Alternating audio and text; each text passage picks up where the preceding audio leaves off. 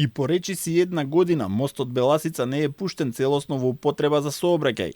Една од најфреквентните делници во центарот на Скопје и понатаму делумно останува затворена за движење на возила, а по него може да се вози само по една лента. Мостот Беласица, освен што е од витално значење за поврзување на градската сообраќајна мрежа, исто така е клучен инфраструктурен дел, по чија конструкција поминува главната топловодна мрежа. Што се случува со мостот, докаде е санацијата? Прашавме во град Скопје, но како и вообичаено одговор на прашањето не добивме. Иако засега голем дел од граѓаните секојдневно се соочуваат со сообраќајниот метеж. Во јули минатата година Арсовска тврдеше дека истиот наскоро ќе биде пуштен за сообраќај и дека ќе биде безбеден и дека не станува збор за сериозни оштетувања, но и по една година работите не се променија, а ознаките дека се извршуваат градежни активности стојат непоместени.